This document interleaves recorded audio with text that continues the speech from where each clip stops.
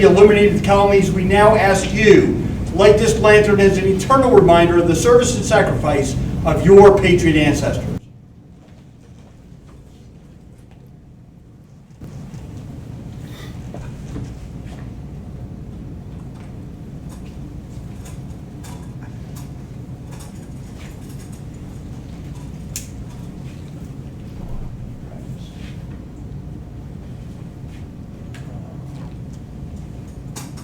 Sons of the American Revolution is verified that you descend from a patriot of the American Revolution and accepts you as its newest members. As our patriot ancestors take an oath of fidelity, I now ask you to raise your right hand as our chapter president administers the induction oath. It will be the Vice President. The National Society, Sons of the American Revolution, has verified that you descend from a patriot of the American Revolution, and accepts that you, as its member, as our patriot ancestors took an oath of fidelity, I now ask you, as you raise your right hand, as our chapter vice president, the patriot, do you, as a descendant of one of our patriots and heroes of the American Revolution, reaffirm your ancestors' faith in the principles of liberty and our constitutional republic? I do. Do you please pledge to support the National and State Society as well as the Henry Leavenworth chapter, Sons of the American Revolution? I do. Compatriots, it is now my honor to present you with your Sons of the American Revolution certificate, eternally memorializing your membership. Here you go, Brian. Right here. Congratulations. Well, thank you. You have a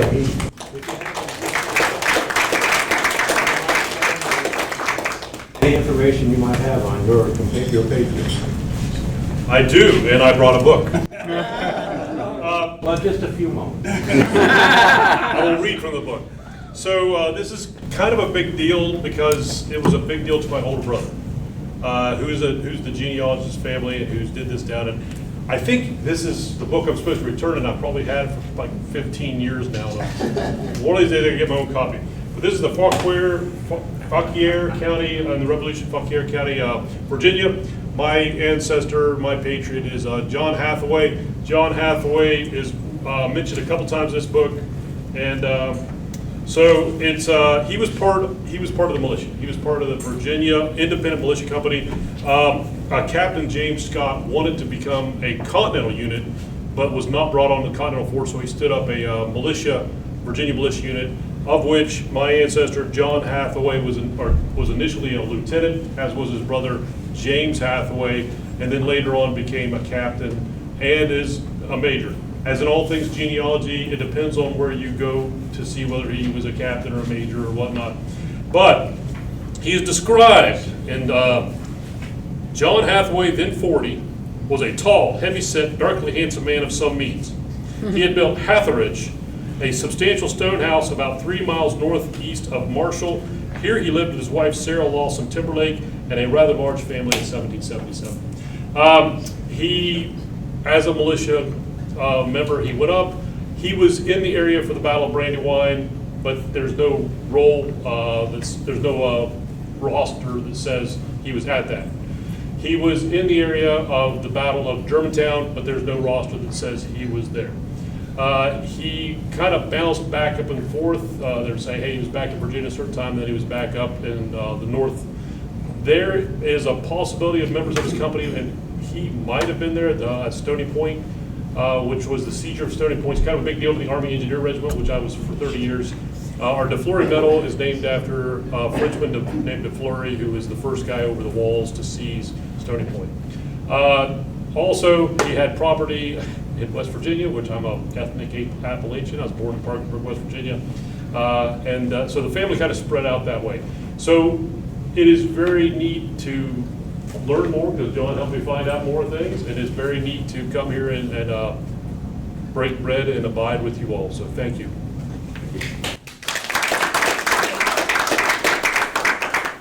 Two more things.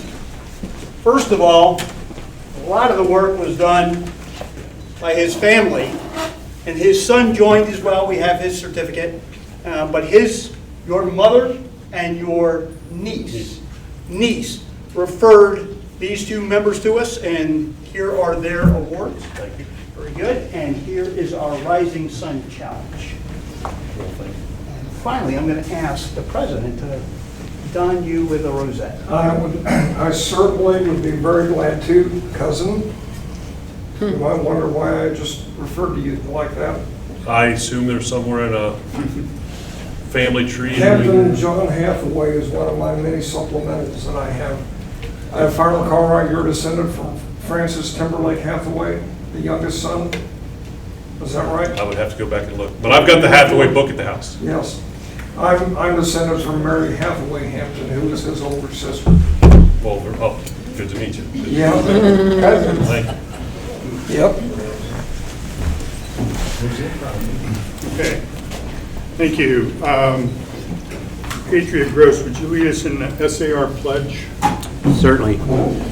We, the descendants of the heroes of the American Revolution, who by their sacrifices established the United States of America, reaffirm our faith in the principles of liberty and our constitutional republic, and solemnly pledge ourselves to defend them against every foe.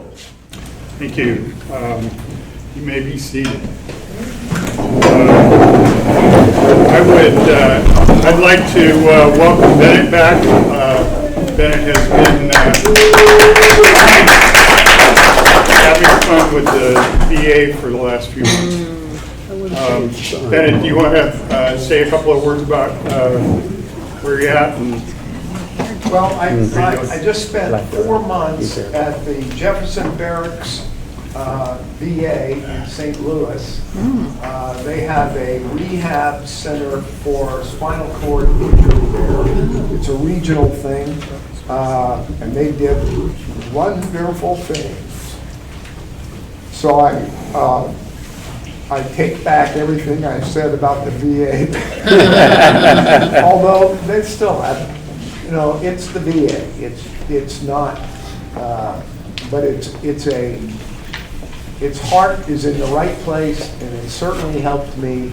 And I would not be back here today if it wasn't for them. So I'm happy to be back, and happy that I had to go down there and do that in order to progress. So. But you don't want to go back. No, I'm not volunteering to go back. Well, we're glad to have you back, so congratulations. I want to give you this certificate recognizing you as our chapter president for the last 2 years.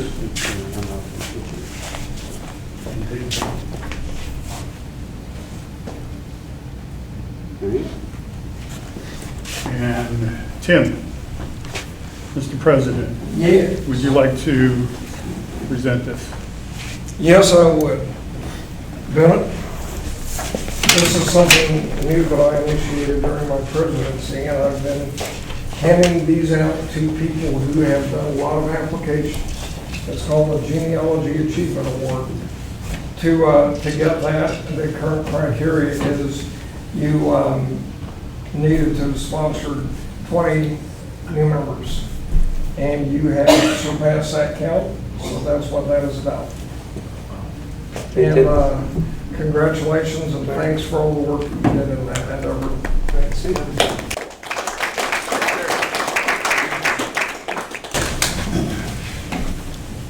In honor of your service as our president, chapter has purchased this portrait for you. Nice. You may take it home. I don't know how you're going to get it out of here. Well, It probably is going to go in the back of my car. Beautiful. With the wheelchair. A certain designee. Yeah, maybe somebody may be assigned as a temporary custodian. Great. I see John's here. All right, very good. Thanks. That That's a is nice nice. picture. I take it that is not the original. We're having it It's a authenticated. very nice copy. Get another one. I've been given the pleasant duty of checking out a game at the Monarchs And the proposed date is 18 July, which is a Saturday. Is that right? 18, no, I don't know when it is, but all I want to know is there an interest? Because if there's not, I'm not going to pursue it any further. We'd like to get 20 people. It's not necessarily required, but we'd like 20. But just have a show of hands of general interest of people going to the Monarch School in July. What do you want on your dress? I'll get it. That's why this table went first, right? That's why this table went first. Are we going to be in the same general area? Oh, yeah. So we're going to get on with our program. Compatriot Mark Davis, would you please come up and We're in introduce the your process guest? of undecorating because we have a problem tomorrow. It was decorated. So I'd like to introduce Adam Hodge, who is our guest speaker. He is the head of reference for the Kansas Historical Society, and he is brought to us by a pretty generous grant out of the, I'm trying to remember, what do they call that? Humanities, Kansas Humanities. So this should be a good presentation. If you ever wondered, well, we kind of know what was going on in the 1770s on the East Coast, but do you ever wonder what was going on here in 1775, 1776? Well, Adam knows, and he's now going to share that with us. Adam? All right. Dr. Adam Hodge.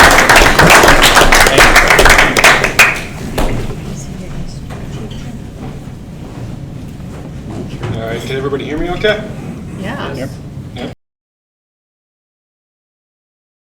Okay, so I'm going to try to keep my eye on the clock here. As I was telling folks at the table earlier, this is something I could talk about for more than an hour. Nobody wants that, at least right now. I know there's other business, so I'm going to try to keep myself on schedule here. So yes, my name is Adam Hodge. I work at the Kansas State Historical Society. I work specifically in the state archives and the reference department, helping people do research. Oftentimes it's genealogy, so people can, get memberships to various organizations and whatnot for which they have to prove their lineage. So what y'all had to do to get to where you're at right now, I've helped people get there. So it's fun to see sort of, to some degree, the end product of that. So my research interests are broadly environmental history. I have a book coming out later in the year that focuses on the history of fish and fisheries in Montana, of all places, and that kind of hints at the fact that I've only lived in Kansas for a few years. I am an environmental historian by training, so my colleagues at the Historical Society, specifically in the museum, approached me when they're like, hey, we need to put together an exhibit space, 9,000 square feet, for Kansas 1776. What are we going to put in there? And so, because obviously it's a challenging task, but a fun one, illuminating a largely overlooked portion of Kansas history. Most histories of Kansas tend to begin in 1854, when a lot of that good stuff happens in the Bleeding Kansas period. A lot of books kind of, in a chapter or less, get us up to 1854, and now let's get to the free staters and the slave state folks fighting over things. So the whole point of Kansas 1776 is to bring some attention to what happened well before the 1850s. And so the goal here is really to try to immerse us in the world of Kansas circa 1776. So Kansas has changed a lot environmentally and culturally since 1776. So we have to try to picture a world without cattle, a world without wheat, a world without honeybees here in Kansas. None of those things were here in 1776. But the interesting thing is that Kansas changed a lot before 1776 as well. There's considerable environmental change. as a result of natural processes and human activities alike. And so I kind of want to dip our toes in that today. So if we could have the next slide, please. All right, so I framed the presentation around 4 basic questions. The first is, what was Kansas like in 1776? After all, the presentation is Kansas 1776, so got to devote a little bit of attention to that. The next is who and what lived in Kansas circa 1776? What changes did it experience before 1776?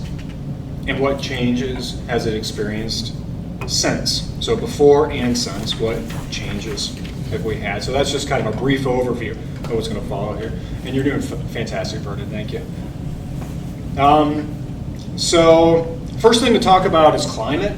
Kind of get a feel for what was going on in Kansas in 1776. What did it feel like? So there have been a lot of just considerable fluctuations in climate conditions in Kansas, both long-term and short-term throughout the region's history.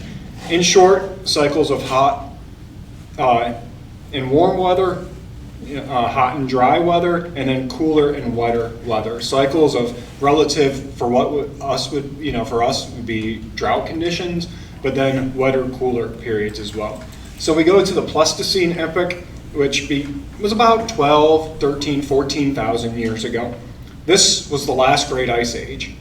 Northeastern Kansas was covered in ice. Megafauna, such as mastodons, giant bison, mammoths, saber-toothed cats. These were the things in Kansas. And I'm fine that those things are gone now. They're extinct, it's sad, but I don't want to contend with that world. They're long gone. So the Pleistocene is followed by the Holocene epoch. This is the current geological age that began about 11,000 years ago. Generally warmer and drier than the Pleistocene. Even within that, though, there have been fluctuations in climate, shorter term trends. There was, for instance, the medieval warming period of about 900 to 1300. This was a period of extended drought. It was very hard on grasslands and grazers. And we're talking about the smaller wildlife, if you will, that remained after the Pleistocene. The smaller wildlife, like bison and elk. Again, small is relative compared to the giant bison and the mastodons and whatnot that were here during the Pleistocene. So the medieval warming period wraps up about 1300, and then we move on to the Little Ice Age. This, as the name suggests, it is a cooler and wetter period of history for this region. It lasts from about 1300 to 1850. So now, I kind of started, super early, and I had, when's he going to get to 1776? Why is he starting with the last ice age? I had a U.S. survey professor, when I was a TA, when I was a grad student, who started with the Big Bang. So it's like, I move things along a little bit quicker than that. So the Little Ice Age, cooler and wetter in Kansas, which is in short good for the grasslands and its grazers. So it is generally, when we talk about the Little Ice Age, very hospitable climate for those that lived in the region. So climatologists offer insight into the last 2,000 years via ice core studies and tree rings. It might sound like the most boring thing ever, but tree rings are, in some cases, the only window into what the climate was like at a given point in time.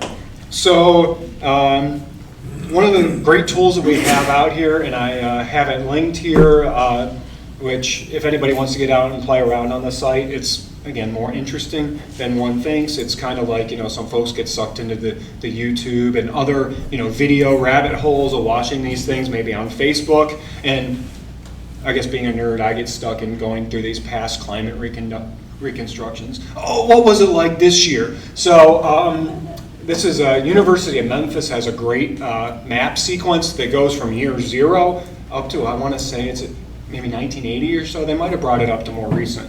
But using tree rings, ice cores, things like that, you could pick a given year and it gives you the relative wetness or dryness of that year. And so we see here 1776, Kansas is relatively wet. And it is kind of right in the middle of a relatively wet stretch of about 4 or 5 years. Bookended, though, you see relatively dry years in 1773 and 1780. It swings more towards a drying trend. And so what's called the Palmer Drought Severity Index can be really insightful. And the fascinating thing is, in some of my prior research, where I've been able to pair this with historical documents, such as John C. Fremont and some others who are commenting, oh, there's a drought going on, when he's heading, west through Wyoming in the 1840s. And I paired it with PDSI, and it's spot on. It was a dry year at that time. So it's interesting to put this, in some cases, side by side with the historical record. So one of the things we notice as we go through this is there were relatively few what we would call average years. Most years in Kansas, and I think we in a lot of cases see this today, it tends to be either relatively wet or relatively dry. The mean is pretty elusive, and this was the case back at this time. So the grasslands. So you can't talk about Kansas without talking about grasslands. So soil is a key to plant growth, supporting grazers, and then by extension, their predators. Kansas, if we ever wanted to brag to our out-of-state friends, maybe in Nebraska or something like that, Kansas has more acres of prairie-type soils than any other state. Yeah, you can keep your football, you can keep your whatever, it's about prairie soil. Kansas has more than any other state. So Kansas, I did not realize this until I started research on this, has a state soil. I guess a lot of states do. Just not something you think about. But in Kansas, it is Harney silt loam, the official state soil, covers much of 26 west central Kansas counties. So we talk about prairies that grow, the grass that grows on this soil. So this map up here gives a nice little snapshot of, in the east, got tall grass prairies, more than 150 species of grasses, and 300 species of wildflowers. And those are a lot of the kind of classic, if you will, tall grass species: big blue stem, Indian grass, little blue stem. In the west, and what's shaded in yellow there, are your short grass prairies. Shorter, hardier grasses, blue grama, buffalo grasses. These are plants suited to drier conditions. These are the grasses of the high plains. In between, you have what's kind of shaded in orangish here, mixed grass prairies. And as the name suggests, the composition is a bit of a mix between tall grass and short grass. And what it looks like on, you look at it in the span of 5 years, a decade, whatever, there's a little bit of a seesaw where if it's relatively wet, the taller grasses tend to predominate. If it's drier stretch of period, the shorter grasses tend to do better, while the tall grasses kind of retreat a little bit. So can't talk about plants in Kansas without the sunflower. Native Americans actively cultivated sunflowers. A lot of uses, whether it was for food and soups, dyes for garments, for various materials, oil. Apparently one of the things is women using sunflower oil for their hair as a sort of conditioning type material. Medicines. Apparently sunflower is diverse, whether it's the leaves or whatnot, for a whole number of maladies, from kidney ailments to being used on open wounds, things like that. Native Americans very adept at finding those uses. Sunflowers, we know, would be adopted as the state flower in 1903, but it had importance long, long before that. Big blue stem, got to get blue stem, big blue stem, its flowers, no pun intended. Tall grass that could surpass 6 feet, dominated areas such as this in eastern Kansas, also known as turkey foot because of how it kind of branched out at its tops. Very, very important to grazers. So the grasslands, continuing. indigenous homes in Kansas circa 1776, we tend to think of, teepees, we tend to think of the mobile housing units. But kind of the norm for a lot of the cultures that were here in Kansas at the time, we're talking about the Kaw, the Pawnee, it was the earth lodge, such as these. These were built and maintained by women. They had wooden frames covered with sod and clay. There were beds that ring the inside of the lodge, storage pits, sporadically to stash, dried foods, various goods. A hole at the top center to let out smoke and to let in sunlight. So these earth lodges are a little bit larger than we might think. They could comfortably hold up to 40 occupants in some cases. It would be extended family units living in these. A household with 3 other individuals. Me personally, I'm good. I imagine you wouldn't be in there, cooped up a lot. But my goodness, thinking of sharing a lodge that is largely open space, open concept before that became a cool thing. 39 other people, no thank you. But they did it. They did it. Better people than I am. So a good example here in Kansas is the Republican Band Pawnee Village near Republic, Kansas. In about 1776, if you went there, it would have consisted of about 40 lodges, estimated 1,000 people or so. For the Great Plains, certainly at that time, that was their city before there was a Topeka or a Wichita or whatever the case would be. People I guess would be saying, we're going to the Republican Band Pawnee Village for the weekend. Maybe not. All right, so they did use a lot of the cultures that visited the region, that lived in the area. These were their more permanent housing, but during their seasonal bison hunts, they would use teepees when they left these for maybe a few weeks, maybe a month or so, and then return to them. And again, women would be the ones who did that work and maintained those. They used fire to manage grasslands. So this, the flurry of these springtime fires that we're having here and have another little cycle in the fall, this is something that happened in Kansas, 1776. The Native Americans knew.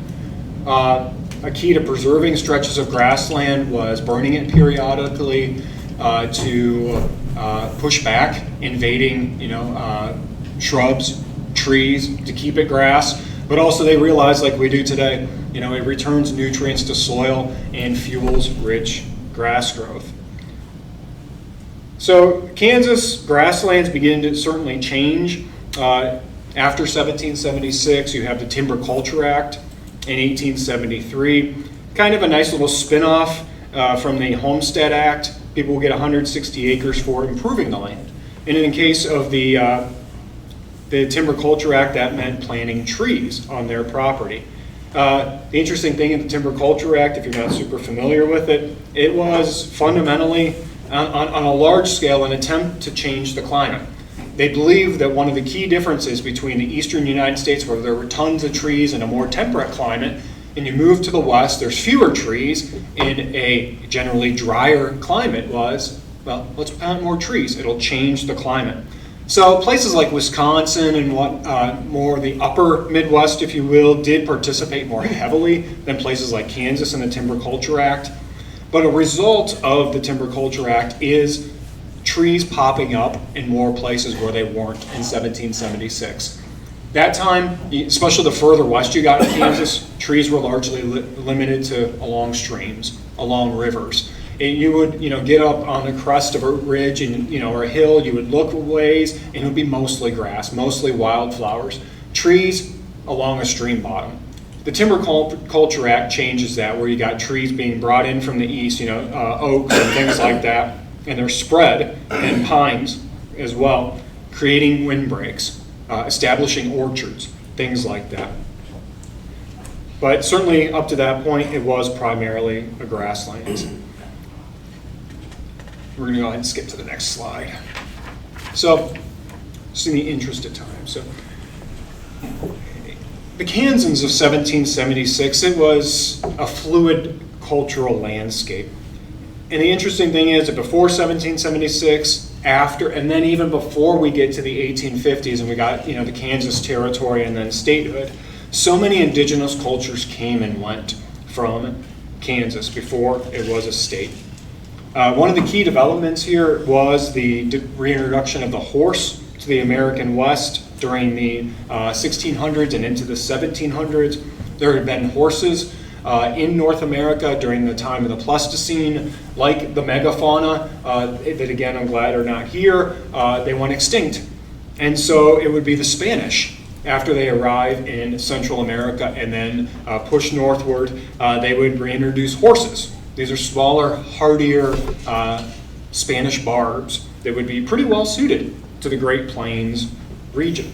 This, of course, when Native Americans begin integrating them into their cultures, greater mobility, increased use of the arid plains were one of the biggest limiting factors in 1776 is getting from one water supply to another. And especially you start talking about the summer months, the fall months, when there's a lot of intermittent streams that go dry, getting to the next water source was key.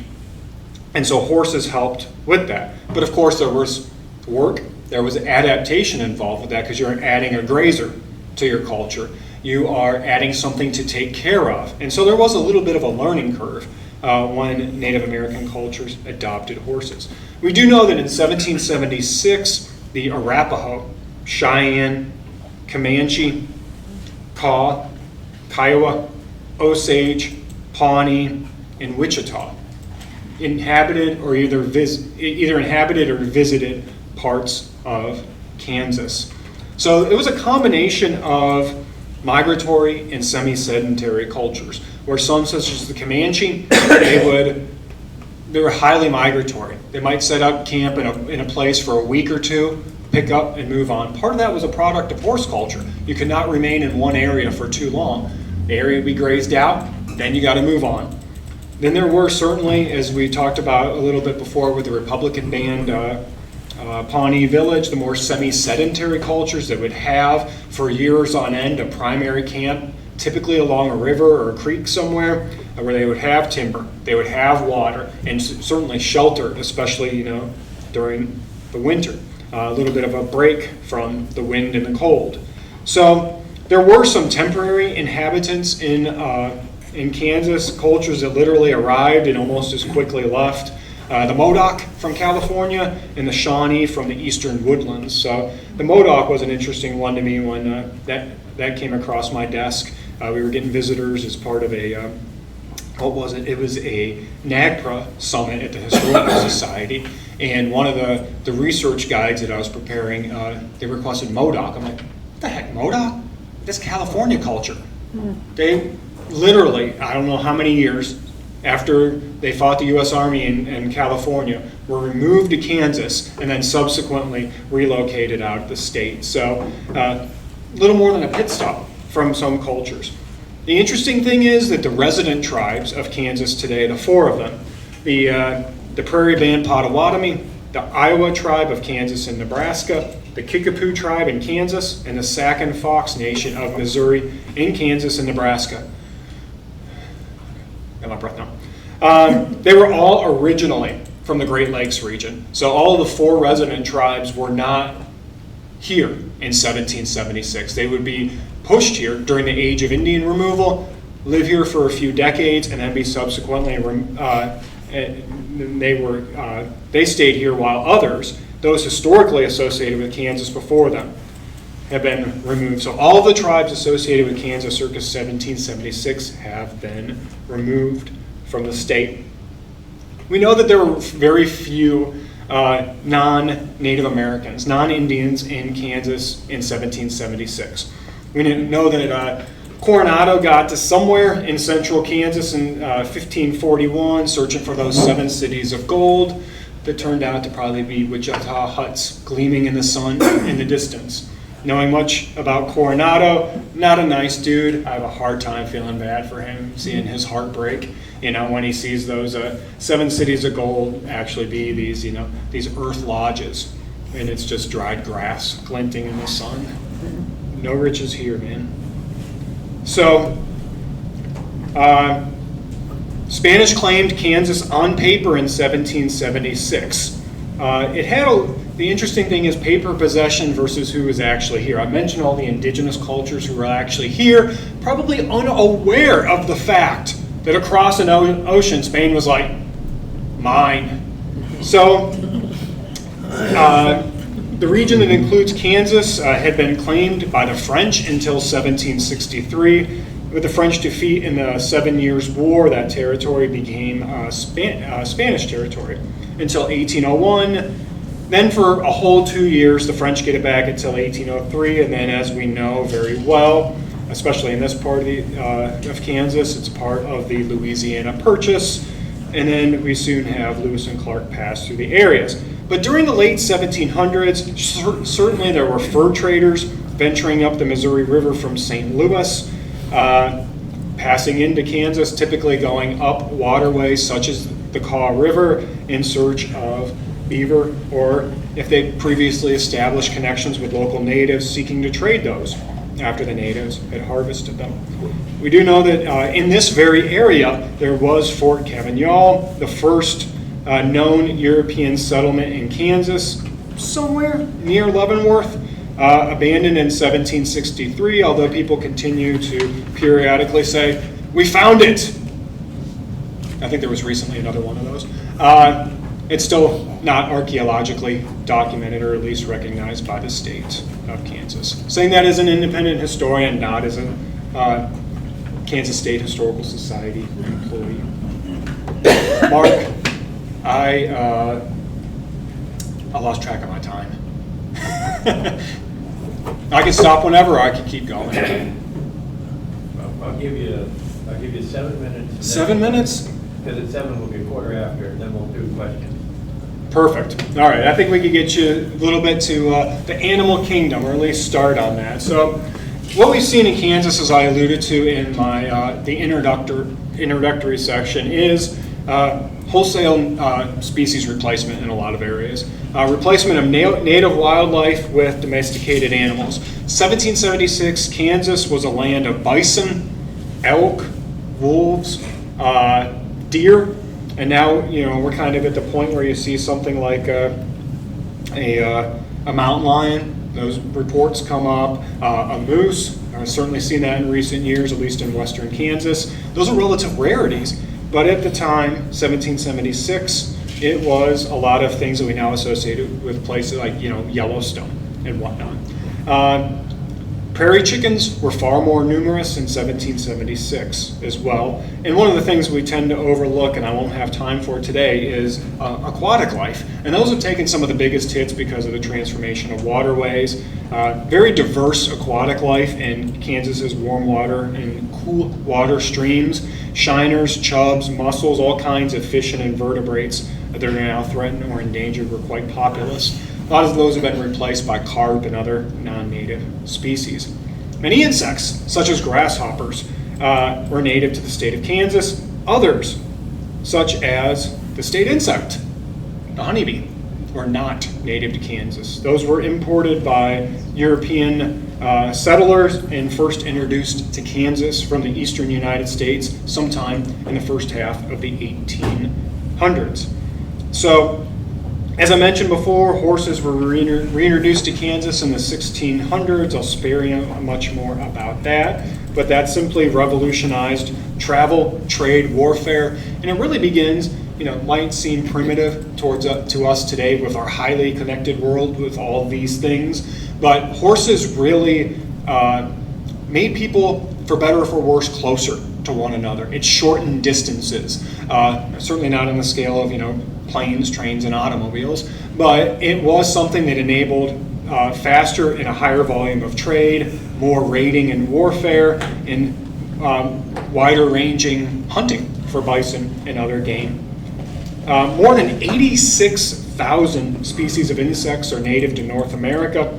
About 15,000 of those are found in Kansas. That includes over 190 butterfly species and 120 species of dragonflies. So we had 1874, it certainly happened before, but this was the first big documented one, was this invasion of Rocky Mountain locusts. This plague of grasshoppers swept the state, chewing everything, from the clothes literally off people's backs, eating the wooden tool handles, all of that stuff. Maybe not on that same scale as it happened in 1874, but about 100 years earlier, one has to imagine that grasshoppers had something of an impact on the state. Elk were once abundant in Kansas, but eradicated over time before they were reintroduced to parts of the state during the 1980s. Wolves, and you see a wolf hunt here from 1920s in Norton County. Wolves were eradicated from the state by 1940. And while they've been reintroduced elsewhere, I'm not sure Kansans will be in a hurry to bring wolves back, at least intentionally.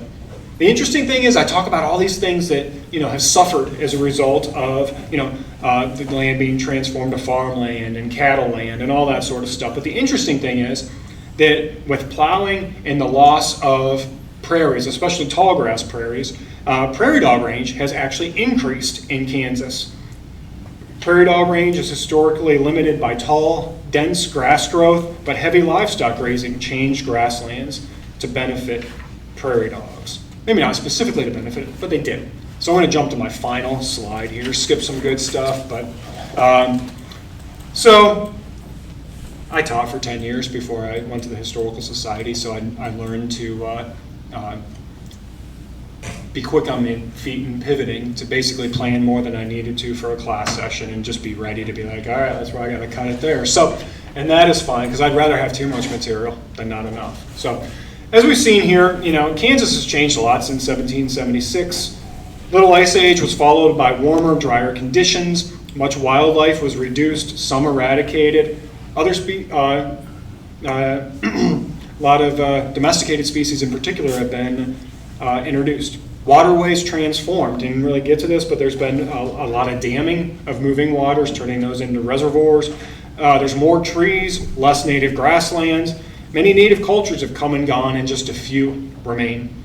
Change before 1776 was considerable. There was millions of years of climate change. Many animal species came and went without the effects of people. Indigenous burning practices affected grasslands, and I didn't get to talk about beavers, but they affected waterways by damming streams. Kansas, the bottom line was a truly dynamic landscape. Human activities and natural processes brought tremendous changes to the region, only a fraction of which we know about in much depth. Kansas was, in short, not a land waiting for something to happen. As the founding fathers forged a new nation 1,000 miles away.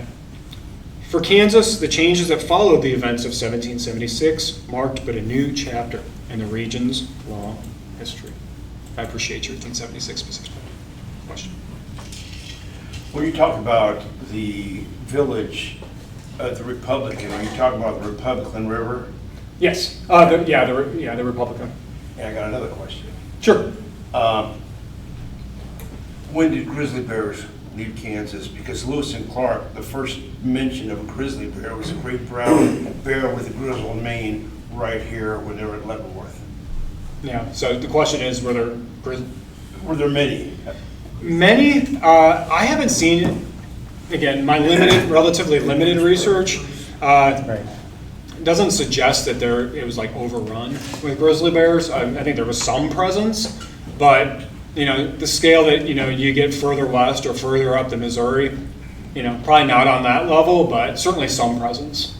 So I don't know, speak to abundance. That would be one thing I would like to know, but that's probably just a little corner of Kansas with woods. Yeah, I mean, one has to imagine. The thing with grizzly bears is their population density as a top-level predator to some degree regulates their abundance. And so, I mean, even if you're talking about a lot of bears, and I mean, you talk about, so many bears in Montana now, and they're like talking about hunting them and things like that. Your population is, you're talking hundreds. So, yeah, it's sure, could there have been conservatively dozens of grizzly bears in northeastern Kansas, 1776? Sure.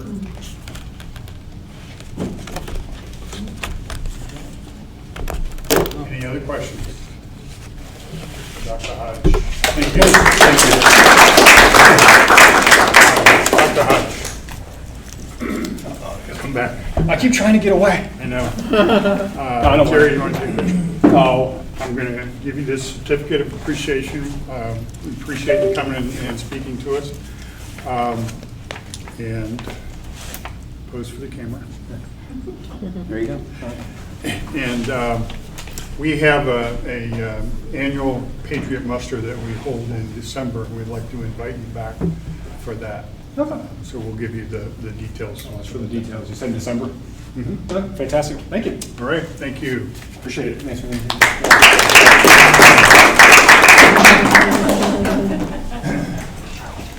All right.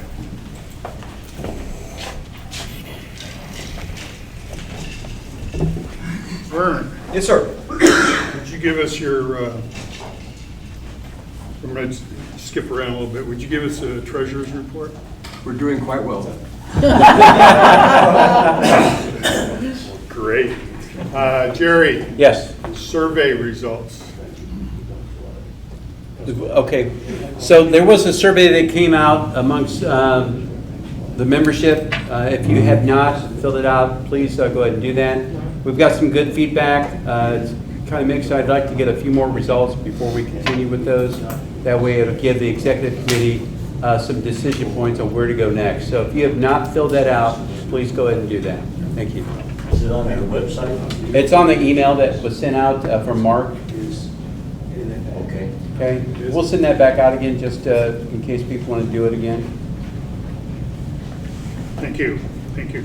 On your table in front of you, I put a 3-month calendar of events out there so you can see what we're talking about, planning about, and trying to do in the next 90 days. The first event on here is really going to take place tomorrow. So if you would again stand up and talk about that. Tomorrow we're going to plant the second Liberty tree from our chapter. It's going to be at the same area at the Pioneer Sports Complex off of Gatewood Street. The 7th and 8th grade civics classes are going to be participating in that ceremony tomorrow, along with Mr. Kessler and a representative from the school district. So if you're able to come out, we're going to start at about 10:45. Tomorrow's tree is going to be dedicated towards the colony of Pennsylvania in commemoration of the signing of the Declaration of Independence in July. So that's the colony that we're going to celebrate at this tree planting. Should be a good event. Thank you. And that's part of the America's 250 Yes. project that Bennett started last year. Mm-hmm. So we're continuing your work.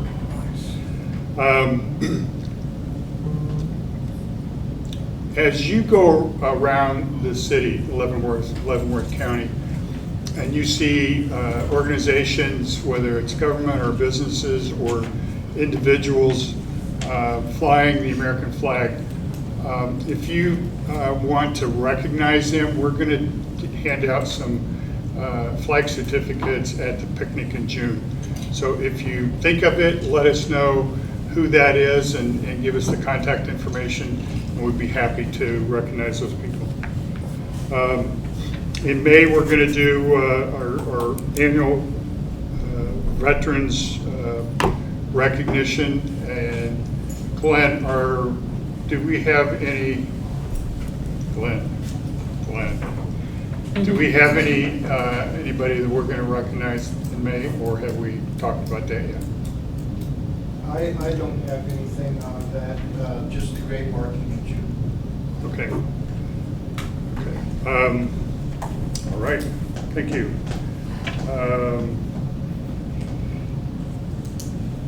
President Peterman, you have an award to give out. Yes. I have it up here. Okay. Vice President Gross. And also have that to give out. You were presented a Patriot Medal at the annual conference, and you got the certificate, Yeah. but you didn't get this. Anyway, if you can tell me who that is, I'll give it to you. I don't have my glasses on. So I can't tell. I'll recognize the guy. Oh, you give me the small one. You gonna tell me the answer, Chief? I don't have my glasses on. The Patriot Medal was created initially to give to the person whose likeness appears on it. The man is named Douglas MacArthur. He was an important early member of the SAR. In any way, it's yours. Wear it proudly. All right, thank you.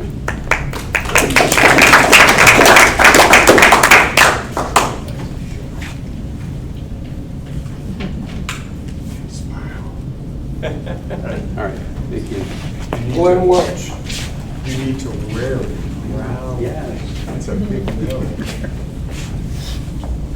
This isn't much. It doesn't even have a medal with it, but it is definitely something that is appreciated. It's the National Society Sons of the American Revolution. Glenn Frank Welch is hereby awarded a certificate of appreciation. This was at the annual conference for all of the work that you did there, and also attending at least one Board of Governors meeting. Thank you. Yes.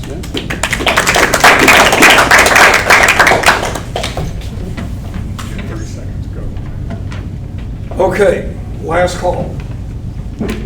This is a list that I have of delegates to the National Congress to be held in Greensboro, North Carolina in July. And the list is currently Brian Wampler, trustee, Timothy Peterman, president, Bruce Smith, delegate at large, Rick Backlund, James Stewart, Mark Davis, Jerry Gross, Bobby Holtz, Rob Lofthouse, Bill Marshall, John Ashley Knoll, Vern Walkner, Dennis Wise, and Kevin Martin Walker. If anyone else is interested in going or planning to go, let me know soon, because I need to get this back to the National Society. According to this, deadline is 15 May, but according to what I heard at leadership, it's actually May 1st. So we're running out of time, and our State Secretary Jeff Winters has already signed off on the list, but since it's a 2-page thing, I can add to it however much I want. I also wanted to invite everyone to attend, I wanted to invite people to attend the Board of Governors meeting next week, which will be right here. Right here in the back room. In the back room? Yep. There it is.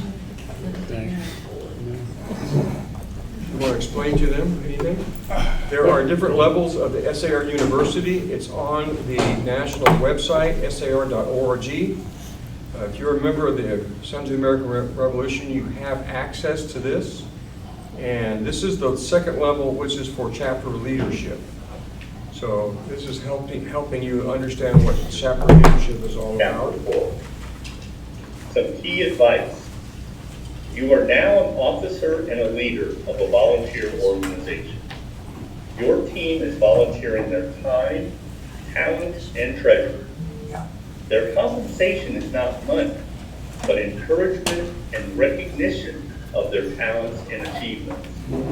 As a leader, you are responsible for the team's development and growth. You must encourage and recognize all of their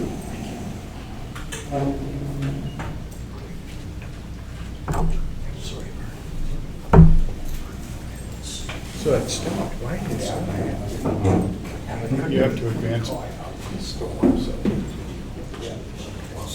In order to be an effective leader of a volunteer team, we recommend following the basic philosophy and the 5 leadership practices presented in The Leadership Challenge by James Posey and Barry Bosworth. This book is available on Amazon. Let me see if I can get Revolutionary War rarities on here. This is a production of Sons of the American Revolution, and I'm going to do the one that's so exciting. Vern, back to you. Do you have a 50-50 drawing? 50-50 drawing. I'm working him hard. seem to be doing all the work around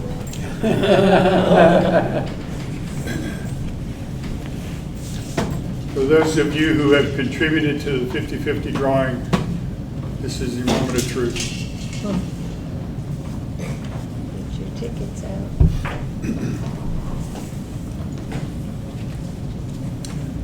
We're trying to set up a streaming facility here so that in the future we can stream these meetings to Facebook or YouTube, and hopefully expand our meeting to include more of our members.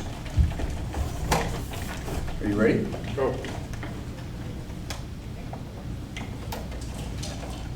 I'm not looking. Picking one randomly. Should have had that little boy pick it. Should I wait till Mark comes back? Back to the chapter. Well, thank you. Appreciate it. It is to walk close with him all our lives. Amen. Amen. Is there any new business that we missed? We just have to do the recession. Is it on there? Nope. I missed it. Take off your chapel hat.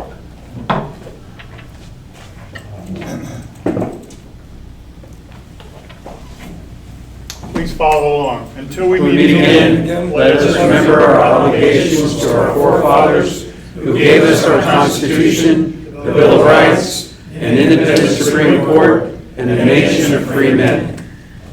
Now, can I do this? You're done. We're adjourned. Okay.